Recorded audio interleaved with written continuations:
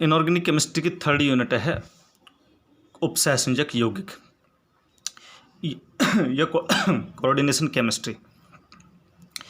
देखिएगा, उपसहसंयोजक रसायन के अंतर्गत हम उपसहसंयोजक यौगिकों का अध्ययन करते हैं।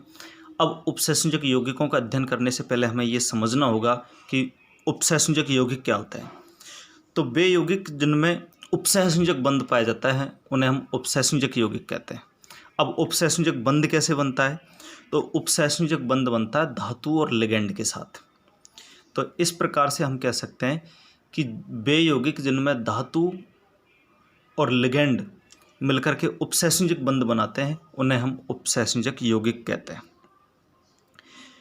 इन यौगिकों में धातु आयन व लिगैंड संयुक्त रूप से एक आयन के रूप में व्यवहार करते हैं, अर्थात दोनों प्रजाति मिलकर के एक ही जटिल यौगिक का निर्माण कर लेती है, इसलिए इसे संकुल यौगिक या जटिल यौगिक भी कहा जाता है। अब देखिएगा, दो फैक्टर यहाँ पर मुख्य रूप से काम कर रहे हैं, एक तो धातु और दूसरा लिगैंड। तो धातु तो हम जानते हैं कि आवर्त सारणी में बहुत सारे धातु है, वो परमाणु के रूप में भी संकुल बना सकते हैं और आयन के रूप में भी संकुल बना सकते हैं। दूसरा जो शब्द आता है वो है लिगैंड, चूँकि धातु लिगैंड के साथ मिलकर के उपसहसंयोजक बंध बनाते हैं। तो हमें यहाँ ये समझना होगा कि लिगैंड क्या होते हैं। तो लिगैंड, देखो, लिगैंड कोई भी प्रजाति है जिसके पास इलेक्ट्रॉन की अधिकता है वो लिगैंड की भांति व्यवहार करती है। अब इलेक्ट्रॉन की अधिकता दो कारणों से हो सकती है, या तो उसके पास लोन पेयर हो या उसके पास नेगेटिव चार्ज हो। तो ऐसी प्रजाति धातु आयन को या धातु परमाणु को अपना इलेक्ट्रॉन युग्म देकर उसके साथ उपसहसंयोजक बंध बनाती है, तो उसे हम लिगैंड कहते हैं।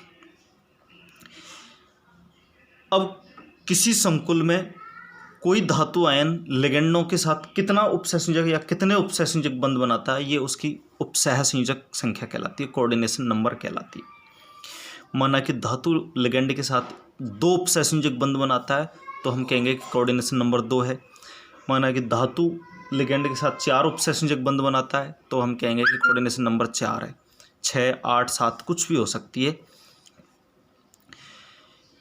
ये जो कोऑर्डिनेशन कंपाउंड्स है उपसहसंयोजक यौगिक है, 2 स्थायी यौगिकों के योग से बनते हैं, अतः इन्हें हम योगशील यौगिक भी कहा जाता है, आणविक या योगशील यौगिक भी कहा जाता है। अब आप देखिएगा एक उदाहरण, एक रिएक्शन का उदाहरण से समझिएगा आप। KCN पोटेशियम साइनाइड और फेरोसाइनाइड, पोटेशियम और फेरोसाइनाइड जब अभिक्रिया करते हैं तो एक संकुल बनाते हैं जिसे पोटेशियम फेरोसाइनाइड कहते हैं। आप देखो, दोनों जो प्रजाति है 4KCN और फेरोसाइनाइड, ये मिलकर के एक जटिल यौगिक का निर्माण कर लिया है, जिसको हम इस तरीके से भी लिख सकते हैं। तो इस संकुल का नाम होगा पोटेशियम फेरोसाइनाइड।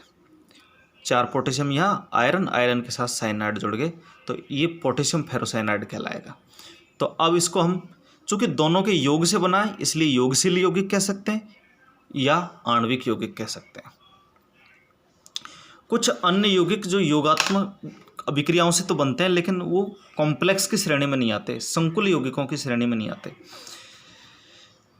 कई यौगिक ऐसे हैं जो आपस में योग से तो बनते होंगे लेकिन वो योगशील की श्रेणी में नहीं आते, संकुल की श्रेणी में नहीं आते, उन्हें हम द्विक लवण के रूप में कहा जाता है। जैसे एक उदाहरण देखो आप, ये उदाहरण देखिएगा, potassium sulphate K2SO4 plus Al2SO4 का होल थ्राइज प्लस 24 H2O, और ये बना लेंगे K2SO4 Al2SO4 का होल थ्राइज 24 H2O, पोटेशियम फटकरी कहते हैं।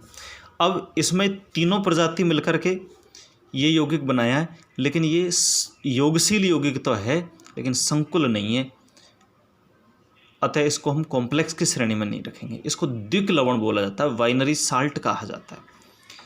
अब सवाल ये आता है कि जो योगशील यौगिक है वो 2 प्रकार के होंगे यहाँ पर, एक तो द्विक लवण, दूसरा संकुल लवण। देखो, दोनों को आप अच्छी तरीके से समझिएगा। द्विक लवण तो वो है जिसमें मिलने वाले या योग करने वाले आयन अपनी पहचान बनाए रखते हैं, आपस में जुड़े रहते हैं, आयनों का स्वतंत्र अस्तित्व होता है। जबकि संकुल लवण में क्या होता है कि योग करने वाले जो आयन है वो आपस में मिलकर के एक ही अणु बना लेते हैं, एक ही जटिल यौगिक का निर्माण कर लेते हैं और अपनी व्यक्तिगत पहचान खो देते हैं। अब आप दोनों में डिफरेंस पढ़िएगा तब समझ में आ जाएगा। एक तरफ तो है संकुल लवण, दूसरी तरफ ले लिया है हमने द्विक लवण। आप इनमें देखो, नंबर 1 पॉइंट है, इनमें योग करने वाले मूल यौगिकों का अस्तित्व नहीं रहता। जैसा कि मैंने आपको बताया था, जब संकुल लवण बनेगा तो जो जुड़ने वाले धातु और लिगेंड है वो आपस में मिलकर के एक जटिल यौगिक का निर्माण कर लेते हैं, जिससे कि उनकी व्यक्तिगत पहचान समाप्त हो जाती है। जबकि जो बाइनरी साल्ट है, द्विक लवण है, उसमें जुड़ने वाले जो यौगिक है वो अपनी व्यक्तिगत पहचान बनाए रखते हैं।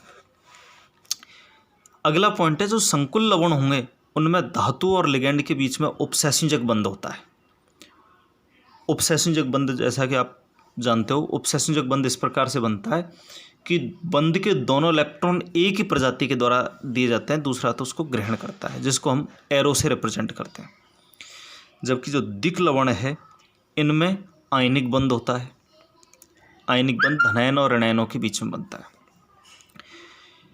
अगला जो पॉइंट है, मजबूत उपसंयोजक बंध होने के कारण आयन पृथक नहीं होते, अर्थात जो संकुल लवण होंगे उसमें धातु और लिगेंड के बीच में मजबूत उपसंयोजक बंध बन जाता है, जिससे वो बाद में अलग अलग नहीं होते।